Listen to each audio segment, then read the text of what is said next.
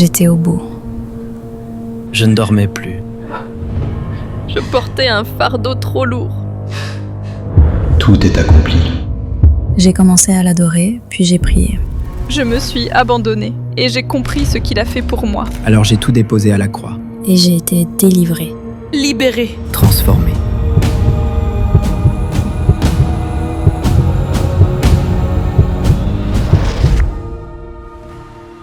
Dans Prière inspirée, prépare-toi à vivre un vendredi saint exceptionnel. Le 3 avril à 20h30, heure de Paris, rassemblons-nous. 2 heures pour redécouvrir la beauté de la croix, comprendre le sacrifice qui nous libère, prier pour vivre la puissance de sa résurrection et être transformé par son amour. De l'ombre à la lumière, un vendredi saint qui change tout. Avec Jérémy Sourdril, Stéphane Caddy, Michael Lebeau, Franck Poulain, Gordon et Marie Zamor. Rejoins-nous le 3 avril à 20h30, heure de Paris, diffusé sur YouTube et sur tous les canaux de diffusion de MCI TV.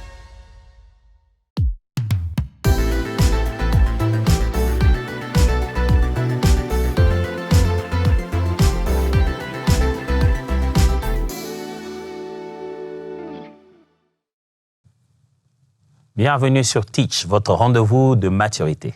La parole de Dieu descend de la tête au cœur et du cœur à l'action. C'est parce que nous vivons ce qui est écrit, que nous donnons la preuve au monde qui nous entoure que Jésus est vivant. Depuis le début de cette semaine, nous avons commencé à parler, ou à finir de parler, au sujet des paroles de Jésus qu'il a prononcées sur la croix. On a vu chaque phrase, chaque mot. Les choses que Jésus a dit à son Père quand il était sur la croix, à sa mère Marie pendant que Jésus était sur la croix, ou à un des brigands pendant qu'il était sur la croix. On a entendu, on a étudié et compris chaque mot, chaque phrase. Même quand il s'agissait d'un bout de phrase comme « j'ai soif » ou quand il disait la parole la plus connue « tel Télestai », tout est accompli. On a découvert combien ces mots, ces phrases parlaient à nous aussi aujourd'hui. En terminant cette semaine, je me suis dit, posons-nous une question qui en vaut la peine. Comment porter sa propre croix? Et oui, on a parlé de la croix de Jésus, des paroles qu'il a dites là-bas, mais il existe une autre expression dans la Bible qui parle de notre croix à nous personnelle. Sûr, on ne va pas mourir pour quelqu'un, pour sauver l'humanité, mais Jésus dit que nous avons une croix à porter aussi à notre tour. Alors, let's teach. Grandissons ensemble.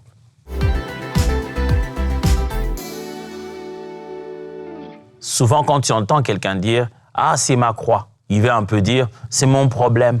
« Ah, ce sont mes difficultés ». Ah, il dit « Ah, ça, c'est ma croix ». C'est un peu pour dire « Je suis collé à ça ». C'est un fils qui est têtu, c'est ma croix. Ah, c'est une femme qui est incontrôlable, c'est ma croix. Ah, c'est une maladie avec laquelle je souffre encore, c'est ma croix. Nous avons transformé l'idée de sa croix en quelque chose qui n'est pas nécessairement ce que dit la Bible. La Bible n'est pas en train d'insinuer que ta souffrance, c'est ta croix, ou un problème, ou une situation dans laquelle tu dures pendant longtemps, c'est cela ta croix que tu es censé porter. Ce n'est pas ça. La Bible, elle nous parle de sa propre croix dans un contexte totalement différent. Pour ça, lisons la Bible. Luc chapitre 9, à partir du verset 23 à 24. Luc chapitre 9, 23 à 24. La Bible dit ceci. Puis, il dit à tous, « Si quelqu'un veut venir après moi, qu'il renonce à lui-même, qu'il se charge chaque jour de sa croix et qu'il me suive. Car celui qui voudra sauver sa vie la perdra, mais celui qui la perdra à cause de moi la sauvera. » On voit bien que Jésus n'en parle pas après sa croix à lui. Non, c'est pas que Jésus a porté sa croix à Golgotha, il est mort et puis il dit hey, la croix c'était dur. Allez les amis, que chacun prenne sa propre croix. Hey, c'est dur de porter la croix de tout le monde. Non, pas du tout. Bien avant même que Jésus ne prenne la croix jusqu'à Golgotha, il a commencé déjà dans son enseignement à dire à ceux qui le suivaient que celui qui veut me suivre, si quelqu'un vient après moi, qu'il renonce à lui-même et qui se charge de sa propre croix. Donc, ceux à qui il parle, ils connaissent très bien qu'est-ce que c'est qu'une croix. Ils savent que voilà, la personne qui est prévue être crucifiée, elle doit porter sa croix jusqu'au lieu de la crucifixion. Ils comprennent l'image qu'il utilise. Ils ne sont même pas encore conscients au moment où Jésus parle. Ils ne sont pas conscients que Jésus lui-même mourrait par la croix. Non. Si on reste dans le temps, cet événement a lieu bien avant que Jésus-Christ ne puisse mourir à la croix. Donc, quand il leur parle de leur croix, ils ne s'imaginent pas que Jésus aura sa croix. On ne s'imagine pas. On ne parle pas de la souffrance, de la douleur que Jésus aurait, et Jésus nous demande aussi d'avoir notre propre douleur. Il est bien clair qu'il est question ici de renoncement à soi-même. Celui qui veut suivre Jésus devrait s'abandonner, renoncer et se charger chaque jour. Ce n'est pas une croix pour une bonne fois pour toutes, c'est chaque jour. C'est pourquoi je voulais retenir ici cette pensée. La voici. Le renoncement à soi est une croix qui demande d'être portée chaque jour. Jésus dit, si quelqu'un veut me suivre, qu'il renonce à lui-même et qu'il se charge chaque jour. Oh là là, chaque jour. Mon frère, je ne sais pas si vous entendez de quoi je parle. J'ai dit chaque jour. Il ne s'agit pas d'une croix de « Ah, c'est un peu mes problèmes, je prie Dieu de m'en débarrasser ». Non, je ne parle pas de ça. Je parle de chaque jour vivre comme quelqu'un qui a abandonné sa vie et qui s'est chargé de ses responsabilités de suivre Jésus. Ce n'est pas une croix d'un moment, on va arriver jusqu'au bout, à l'endroit où il l'a déposée. Non, c'est quelque chose de régulier. On doit vivre comme ça. C'est vrai que quand on dit porter sa croix chaque jour, on pense tout de suite à la douleur, à la difficulté, à la peine que ça engendre. Je dois porter chaque jour ma croix. C'est déprimant de devenir chrétien si c'est comme ça. Je dois porter chaque jour ma croix. Vraiment. Mais je ne sais pas quoi faire. Je dois porter chaque jour ma croix. Il faut que je prie. Prions. Mon frère, il n'y a pas le choix. Il faut qu'on porte chaque jour notre croix. Allez, on va méditer. Non. Jésus met cela dans un contexte précis. On ne s'en va pas juste porter la croix. Avant d'y toucher, il faut renoncer à soi. Il faut abandonner sa propre vie, renoncer à ses intérêts personnels, arrêter de vivre pour soi-même et prendre la responsabilité d'accomplir la mission que Dieu nous a donnée. Jésus parlait de la croix, ou des fois même de la coupe qu'il doit boire, comme une mission, comme une responsabilité. Souvenez-vous la fois où il dit à la mère de ses deux enfants, Jean et Jacques, il leur dit, la maman qui demandait à ce que ses enfants, l'un soit à gauche, l'autre soit à droite, il dit, oh, je ne sais pas s'ils vont pouvoir boire la coupe que je dois boire. Quand il utilise le mot coupe ici, coupe que les disciples vont rencontrer dans l'histoire particulière de la Pâque, le jour où le Seigneur leur donne la coupe. Mais là, il l'utilise pour parler des missions, de sa responsabilité, de la charge qu'il doit prendre. Et quand il utilise le mot croix ici, ce n'est pas pour parler des souffrances et des douleurs, mais c'est pour parler de mission, responsabilité quotidienne pour vivre sa nature. Deuxième texte. Galates, chapitre 2. Verset 20. La Bible dit, « J'ai été crucifié avec Christ. Et si je vis, ce n'est plus moi qui vis. C'est Christ qui vit en moi. Si je vis maintenant dans la chair, je vis dans la foi au Fils de Dieu, qui m'a aimé et qui s'est livré lui-même pour moi. » C'est fort ce que Paul est en train de dire ici. Il dit, « Ce n'est plus moi qui vis, c'est Christ qui vit en moi. » On aime ça, c'est une belle parole d'humilité. Ah, ma vie ne vaut plus la peine, c'est plus moi qui vis, c'est Christ qui vit en moi. Mais ce que Paul est en train de dire littéralement, il dit, en fait, moi, je suis mort. Tel que vous me voyez tout le jour marcher là, parler, en fait, j'existe plus. Je suis déjà mort. La seule vie que je vis dans mon corps, si vous me voyez encore mon corps fonctionner, en fait, je vis parce que c'est Jésus qui vit en moi. Je vis ma vie dans la sienne. C'est à cause de sa vie que je vis. Parce que moi, de par moi-même, je suis débranché, coupé. Si vous me voyez vivre, je suis alimenté par une autre sève. Si j'étais un arbre, mes racines ne reçoivent plus rien. Je sèche. Si vous me voyez encore produire du fruit, parce que je suis connecté à une autre sève, à un autre arbre de vie. La pensée que Paul partage avec nous est celle-ci. Un chrétien vivant est un homme mort en lui-même et vivant en Christ. C'est quelqu'un de mort lui-même. Il est déjà mort, mais il est vivant en Christ. Un chrétien vivant. Quand on dit que celui-ci, c'est vraiment un chrétien vivant, moi je suis un chrétien vivant, j'ai une foi vivante, je cherche vraiment Dieu. Si tu rencontres un chrétien qui vit, en fait, c'est quelqu'un qui est mort. L'individu qui était là est déjà mort. C'est maintenant Christ qui lui a redonné la vie. Il a accepté cette mort-là pour ressusciter avec Christ. Il est mort en lui-même. Il n'y a plus rien d'important, d'intéressant, d'utile à poursuivre. Il n'y a plus de rêves, il n'y a plus de passions, il n'y a plus de plaisirs et de désirs. Il ne vit plus pour lui-même seulement. Maintenant, la nouvelle vie qui lui a été donnée en Christ, c'est celle-là qu'il a commencé à vivre. Un dernier texte. Lisons Hébreux. Hébreux chapitre 12, versets 1 à 3. Hébreux chapitre 12, versets 1 à 3. Voici ce qui est écrit.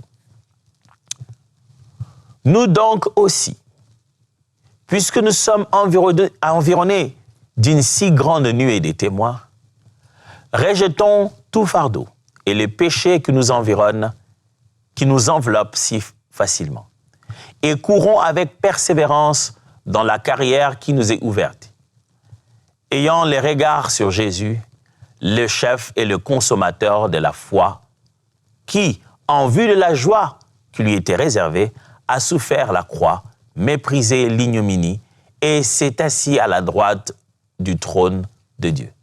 Considérez, en effet, celui qui a supporté contre sa personne une telle opposition de la part des pécheurs, afin que vous ne vous lassiez point l'âme découragée. Il dit, regardez, Jésus qui a souffert d'une grande souffrance, mais qui, devant porter sa croix, il avait le regard fixé. Il montre quelque chose de très fort. Il dit, même quand il subissait, Jésus voyait. C'est parce que Jésus avait une vision sur une finalité, que quand il subissait ce qu'il était en train de subir, il a tenu bon. L'auteur des Hébreux veut communiquer avec nous sur une pensée forte. Il veut nous dire, porter sa croix demande endurance, regard fixé sur Jésus. Si je dois porter ma croix, je dois rester endurant, je dois persévérer, je dois tenir ferme en regardant l'exemple de Jésus. Comment Jésus l'a fait m'inspire à bien le faire. Mon frère, ma sœur, nous aussi, nous avons notre propre croix. Nous n'allons pas mourir pour que nos familles soient sauvées. Nous n'allons pas même mourir pour que nous soyons sauvés. Mais il s'agit de prendre en main notre nouvelle nature. La nouvelle nature que nous avons en Christ, notre responsabilité d'enfant de Dieu. Notre croix, ce n'est pas notre souffrance, c'est notre responsabilité. C'est l'application quotidienne des vérités chrétiennes auxquelles on a cru. C'est cette nouvelle nature que nous avons maintenant, qui vit dans un monde qui ne l'aime pas, qui vit dans un monde hostile. Ce que nous sommes devenus n'est pas apprécié, n'est pas aimé. Porter notre croix pour Jésus, c'est une façon de nous dire accepter notre différence dans un monde qui condamnera nos actes.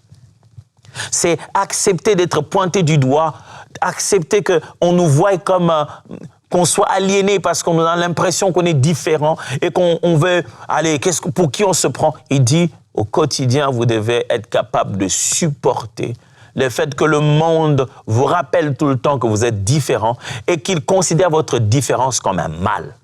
Tenez bon.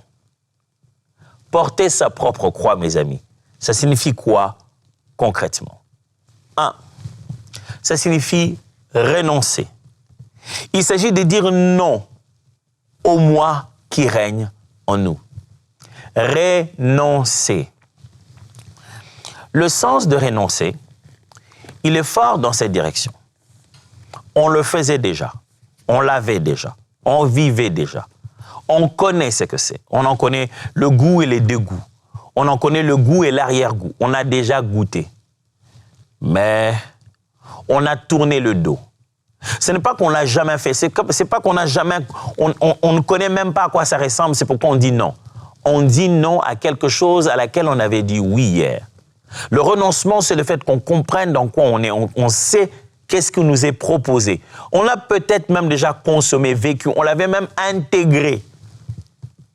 Mais on dit, plus ça, je renonce à cela.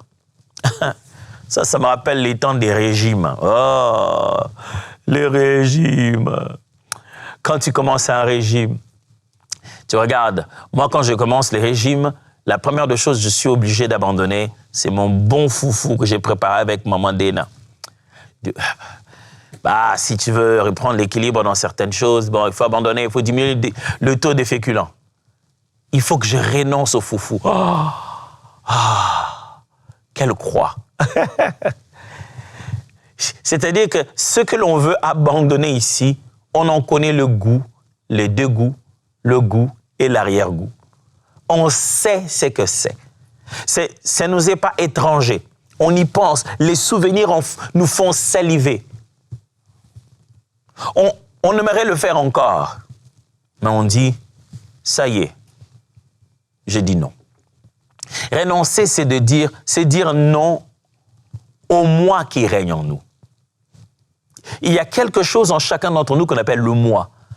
Cette partie de notre ego qui veut faire ce qu'il veut, qui dirige notre être. Prendre sa propre croix, c'est dire, ce n'est plus ça qui me dirige. C'est dire au moi, tu n'es plus le seul à conduire ici. Non. C'est pas parce que tu as une initiative que ça doit être fait.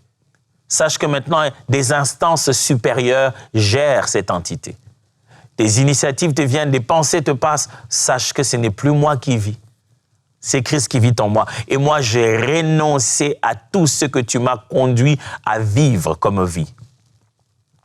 Tu ne portes pas ta croix tant que tu ne te débarrasses pas de ton ego. Tu ne portes pas ta croix tant qu'il n'y a pas de guerre avec ton ego. Quelqu'un qui porte sa croix est en train de se battre avec son ego. Quelqu'un qui vit tout bonnement son ego, et l'ego est surdimensionné. Vous savez, il y a des gens qui ont un ego qui n'a même pas assez de place, qui ne vous laisse pas assez de place, même pour placer un mot. Son ego est si fort que quand il entre dans une salle, tout le monde change de comportement. C'est dit, oh, il est là, oh, je ne vais rien dire. Ça va, c'est lui qui, on sent qu'il veut qu'on sache qu'il est important, il est utile. Dans chacune de ses phrases, il diminue les autres, il tourne l'attention vers lui. Oh, quel ego! Après, à la fin, il dit qu'il est chrétien. Ah, oh, mon ami, peut-être que tu connais la croix de Jésus, mais tu ne connais pas ta propre croix. Tu n'as pas porté ta croix. Jésus a dit, vous prenez la croix, mais vous me suivez. Prends ta croix. Ah ouais. Ta croix maintenant, désormais, quand tu te dis, je dois prendre ma croix, ne pense pas à ta souffrance, à une maladie ou à une responsabilité spirituelle. Pense plutôt à ton ego. Je dois, tant que je suis encore sur la terre, les besoins de ce monde, je suis un être humain et j'ai les souvenirs de mon ancienne vie. Dieu, donne-moi la force de résister à mon ego. Renoncer au moi, c'est choisir de vivre une véritable liberté. Quand tu es capable de renoncer à cette puissance du moi qui te draine, ça, tu commences à vivre la véritable liberté. Dans ma vie, j'ai écouté beaucoup de cantiques chrétiens, mais l'un des cantiques qui m'a énormément marqué sur ce sujet en particulier, il est chanté par quelqu'un qui n'est plus malheureusement. C'était une sœur qui s'appelait Harriet Frambois. Elle chantait un chant sur le brisement et elle priait en disant à Dieu, brise la force du moi. Elle a fait des bons vers très bien en poèmes qui riment à la fois et qui ont une cadence poétique, mais aussi une puissance des vérités bibliques profondes d'une âme qui se consacre. Brise, dit-elle, brise la force du moi qui combat mon âme et t'empêche de régner, de vivre en moi. Ça m'empêche d'aider les autres. Ça m'empêche de montrer ta justice. Ça m'empêche d'être comme toi. Ça t'empêche d'œuvrer en moi. Chaque fois qu'il faut que je fasse la guerre avec l'ego et que je soumette tout de moi, je n'hésite pas de mettre ce cantique et de le chanter. J'ai eu la grâce le Seigneur m'a fait cette grâce un jour de pouvoir me rendre jusque chez elle, la saluer, parler avec elle. Une personne merveilleuse et très simple. Mes amis, il faut de temps en temps faire ce genre de prière. Brise la force du moi qui combat mon âme et t'empêche d'œuvrer en moi. C'est ça, prendre sa propre croix. Se retrouver que, j'étais déjà parti, il m'avait déjà enflammé, j'étais déjà énervé, j'ai déjà lancé 2, 3, 4 phrases sur Facebook, je l'ai déjà mis sur mon statut, mais je dois effacer parce que ce n'est plus moi qui vis. C'est Christ qui vit en moi. C'est ça, prendre sa croix. 2, prendre sa croix signifie choisir. Porter sa croix, c'est payer le prix de l'obéissance à Jésus. Sa croix, mes amis, c'est un choix. Ce n'est pas une imposition. Ça veut dire, tu choisis d'obéir. Porter sa croix, c'est regarder 2 options. C'est dire, OK, ça me ferait plaisir. C'est fantastique. C'est très beau, c'est intéressant. Et ça, c'est juste. C'est ce qu'il faut. Ça ne vient pas nécessairement avec tous les tralala d'à côté, mais c'est consistant. C'est durable. C'est ce qui me transformera. Je dois faire un choix. Je fais le choix du mignon, des beaux, mais qui n'est vide. Je fais le choix de l'urgent, mais qui n'est pas important.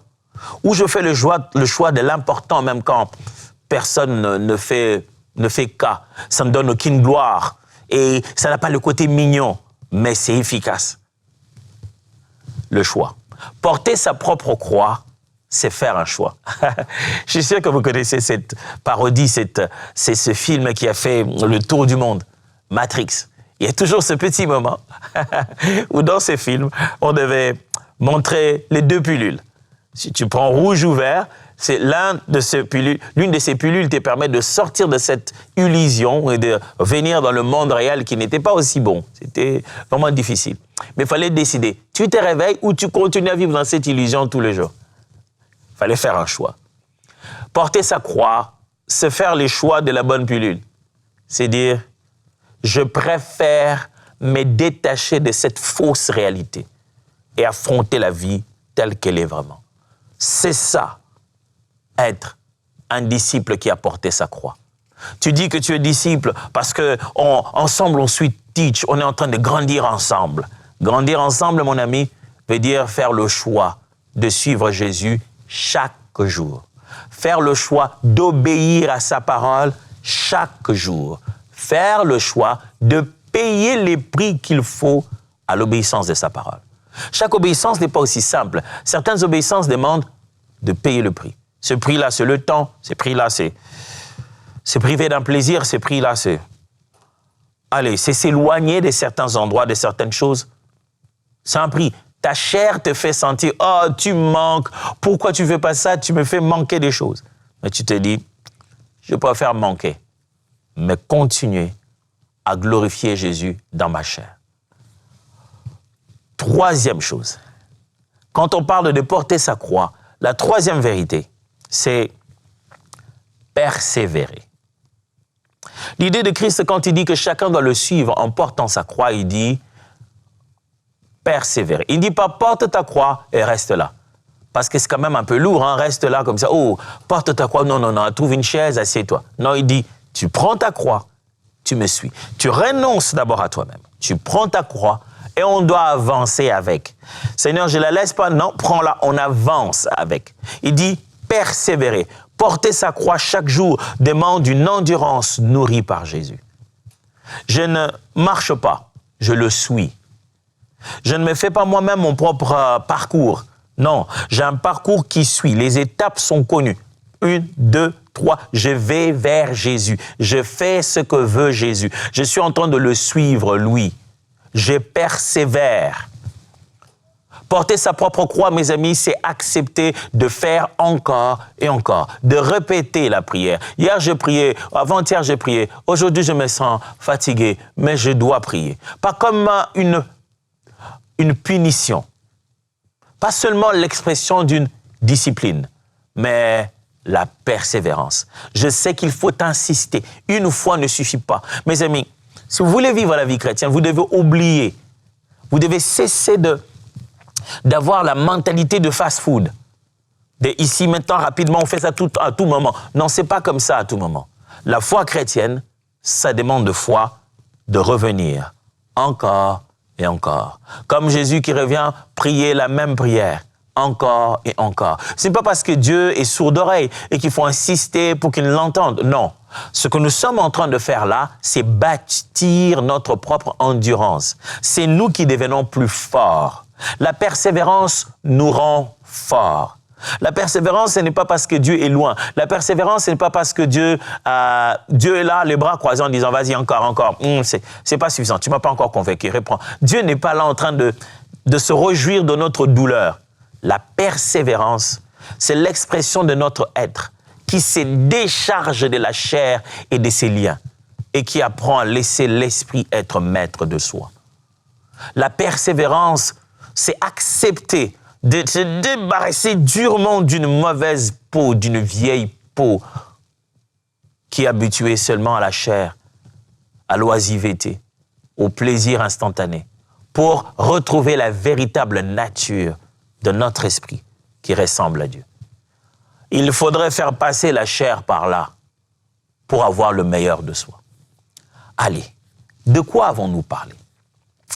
Nous avons parlé durant toute cette semaine des paroles que Jésus a prononcées sur la croix. Ayant puisé toutes ces paroles, nous nous sommes dit en concluant qu'il fallait parler aussi du fait que nous-mêmes, nous avons une croix à porter. Pas une croix pour notre salut, ni pour le salut de quiconque. Une croix comme l'expression de notre engagement à suivre Jésus. Et nous avons lu ensemble le texte qui dit, si quelqu'un veut me suivre, qu'il abandonne lui-même, qu'il renonce à lui-même et qu'il porte sa propre croix et me suive.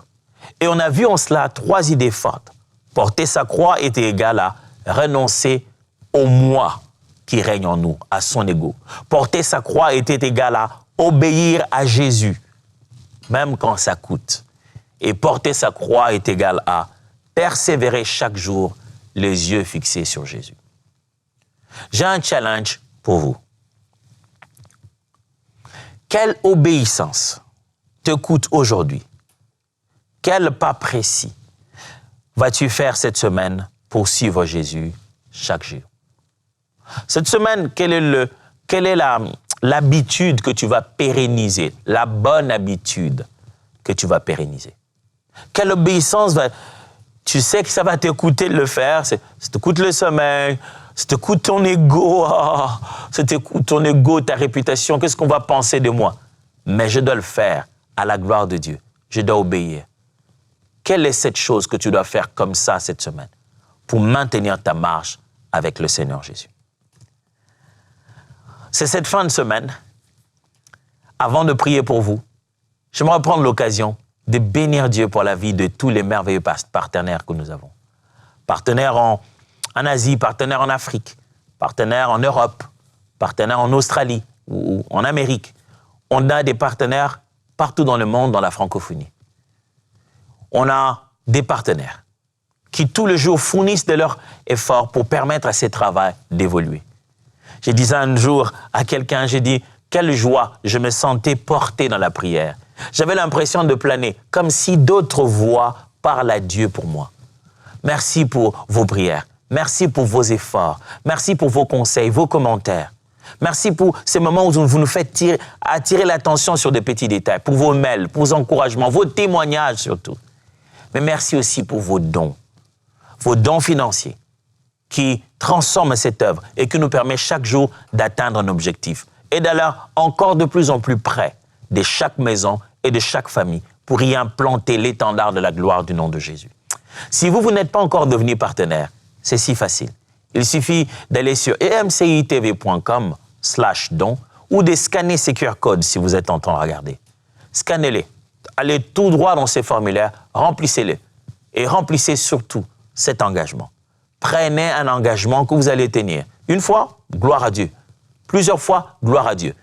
Mais on a besoin que vous marchiez avec nous dans cette grande mission. Laissez-moi prier. Père, Tu nous as donné une semaine de gloire, une semaine de joie, une semaine différente. On a entendu tes paroles prononcées à la croix, Jésus. Et on est conscient qu'il faut prendre notre propre croix. Merci de nous soutenir au quotidien à vivre cette nature toujours. Au nom de Jésus, Amen. Dieu vous bénisse. À la semaine prochaine.